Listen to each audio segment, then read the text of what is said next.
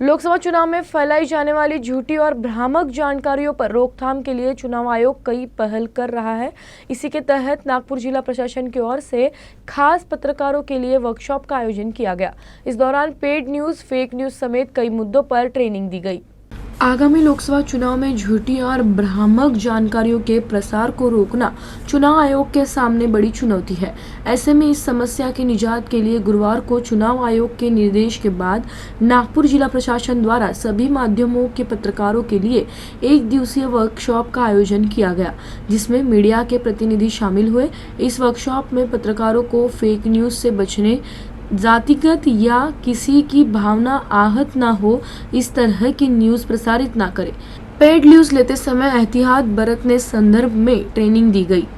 आपल्या जिल्ह्याचे डीआरओ साहेबांना विनंती करेन की जे आपलं प्रशिक्षण सत्र आहे ते 40-45 मिनिटांचंच आहे, मॅक्झिमम 1 तास लागेल, परंतु तुमचे बरेच कन्सेप्ट त्याच्यातून क्लिअर होतील आणि आगामी काळात ज्या वेळेस आपल्याला आवश्यकता राहील त्या वेळेस सर्व पत्रकार बंधू भगिनी आणि इलेक्ट्रॉनिक आणि प्रिंट मीडियाचे सर्वांना विनंती राहील की जिल्हा प्रशासनाने, जिल्हा निवडणूक अधिकारी कार्यालयाने आणि रिटर्निंग ऑफिसर किंवा असिस्टंट रिटर्निंग ऑफिसर त्याच्या कार्यालयातून ज्या वेळेस आपणास कॉल येईल मीटिंगसाठी किंवा कुठल्याही प्रेस कॉन्फरन्ससाठी, तर त्यावेळेस तुम्ही उपस्थित राहून जिल्हा प्रशासनाला आणि जिल्हा निवडणूक विभागाला सहकार्य करायचं आहे, ही तुम्हाला विनंती राहील।